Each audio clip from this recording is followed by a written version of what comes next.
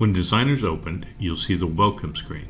Here you can create a new board, open a board, resume the last board you were working on, or watch tutorials in our Learning Center.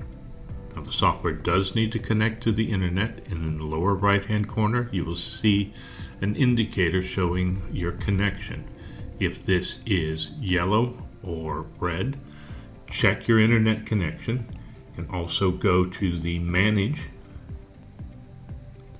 and check your login. You can also check that the license is renewed every 24 hours, so you can see the amount of time remaining on your license.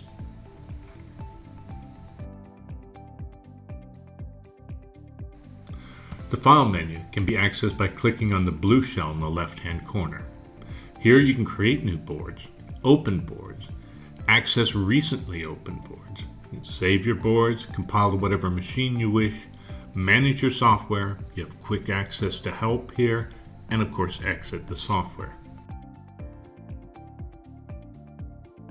Now when we click on Manage,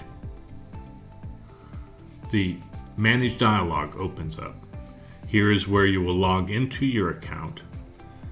Your licenses are managed here. This is where you enter your license codes. You can see whatever modules that you have licensed will show here.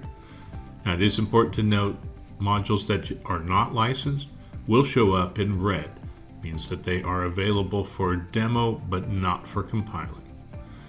Patterns and projects are also accessed here. Patterns can be downloaded and installed into your pattern library from this menu. Machines is where you register your machines. Storage is access to the thumb drives and memory cards for the older CarveWrights. About gives you information about this version of the software and access to the log files.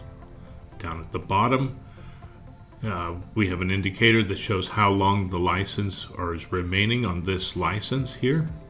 We can release that here, freeing that license up for another computer. We also have a check for updates. To close out our Manage dialog, we just simply click Done.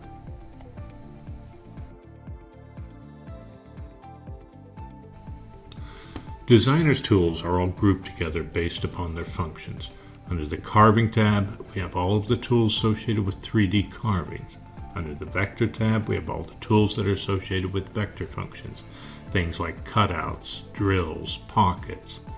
Under the Importing tab, we have all of the tools for importing various file formats as well as manipulating those files. Under Board Setup, we have everything from the board dimensions to its appearance, to setting the grid interval.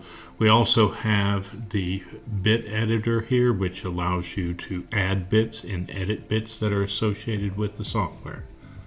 Underneath this, we have the input toolbar.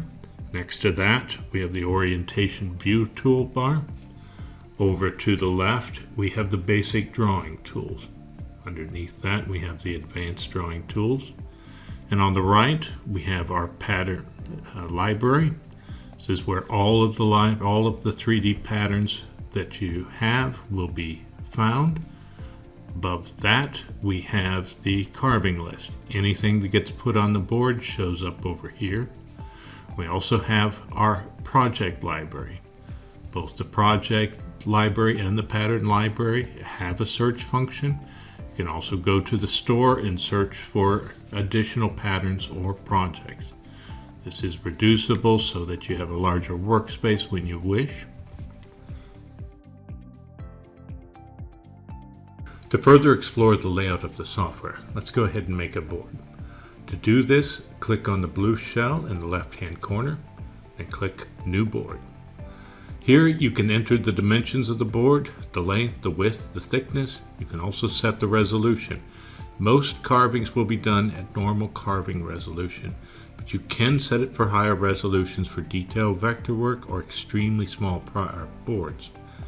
Keep in mind, the higher the resolution, the more processing time it is going to take. You can change the units the system works in, and you can also tell the machine to compile for an older styled CarveWright system if you wish.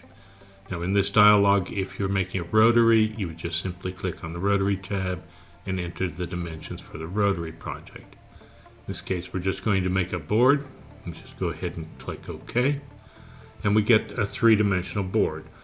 Now you can rotate this board around by clicking on the orientation cube in the corner, or if you hold the shift button down, you can use the middle mouse button to rotate, the right mouse button to pan around, and the left mouse button to zoom in and out. Anytime that you want to get back to your front face view, just click on the F here, the front face, and that'll snap you back. If you want to get to the back face, you can of course click on the R, which will flip you to the back face. Now over to the right, in our pattern library, you can select anything in the pattern library. You'll see you get a preview of it in the bottom window here. Kind of gives you a little bigger view of that. If you click on the item here, hold the mouse button down, and then move over to the board to wherever you wish to put that, and then release the mouse button, the pattern will appear there. Now you can grab the red buttons in the corner that will scale the pattern. If you click inside of the pattern and hold the mouse button down, you can move it around anywhere you want.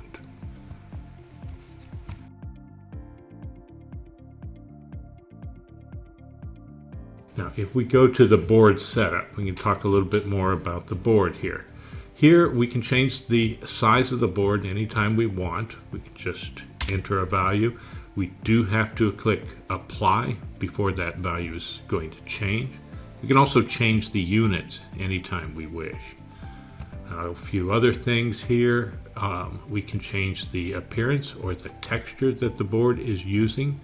Change that to anything that we want depending upon what we're creating. And anytime that you don't want to see the board texture, we can go right over here to this icon here, click on that, and we can set it to no texture. The designer is a what you see is what you get package, so it's often a good idea to take the texture off and take a close look at what you're getting, because that is what's going to come out on the machine. Over here we have the auto re-render. That is just simply shifting it from a low resolution to the high resolution when you move.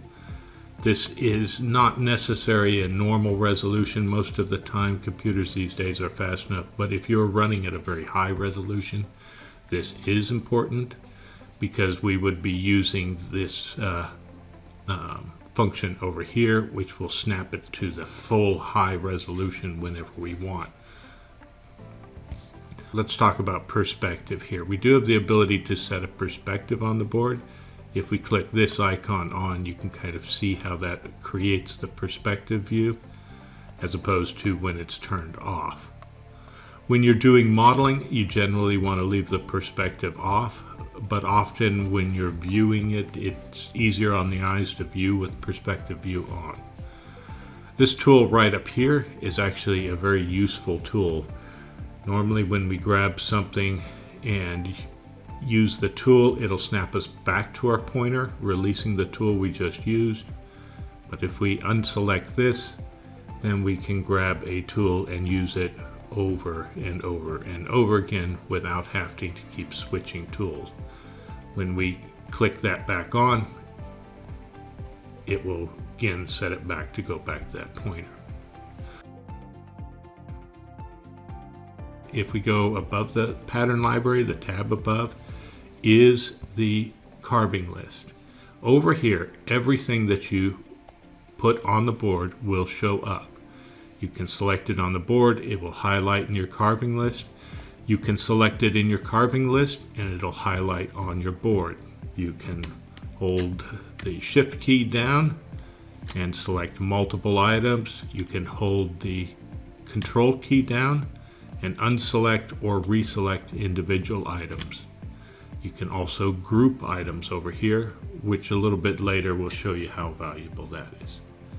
Hopefully this gives you a good start on the layout of the software. The next tutorial will be creating your first project.